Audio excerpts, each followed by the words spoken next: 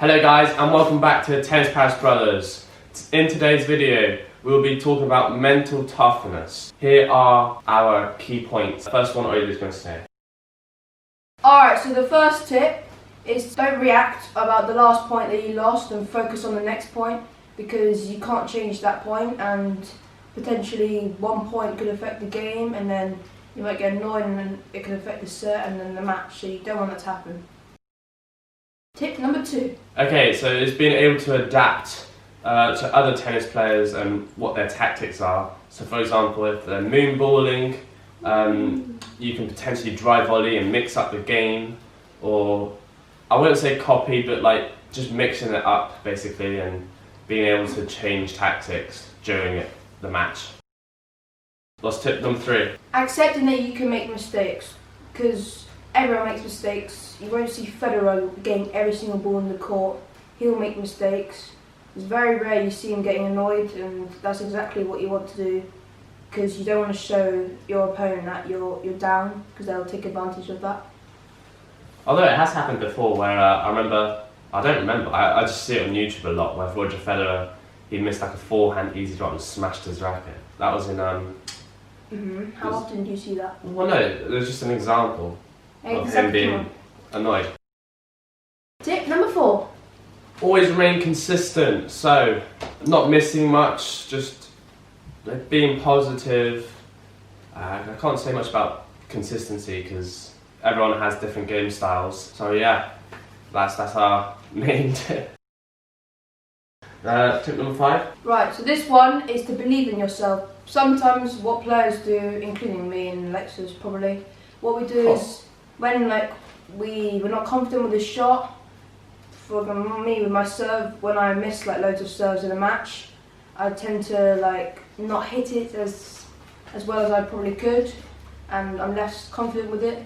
So that's something I'm trying to work on, and yeah, so just believe in your shots. Okay, this one is probably the most important one out of all of them, and it's showing your body language. If you show body language facing down, you look down, the opponent can see that and they'll take advantage. They'll get better and better and better during the match, whereas you go backwards potentially and end up being negative and go downhill. Yeah. Obviously that's very difficult to remain strong mentally, but yeah. Especially when you've just lost a tight point. Maybe it's sudden death deuce. We sometimes play at 5-all, so you'll break down, but you just need to stay positive. Alright, so our last tip is to never give up. This is kind of like body language, because if you're down, well, you're basically giving up, you're going to give it to him, but that's not what you want to do. Fight to the end of the match. Exactly what you should do.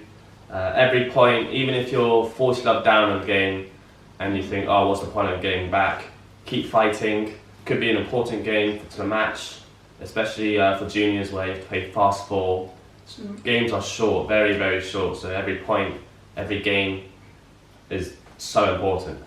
And an example of that was actually Nadal versus Medvedev. He was 5-1 down in the third set in the ATP finals last year, and I think he lost 2 games in a row, Medvedev, and then he basically started to lose his head.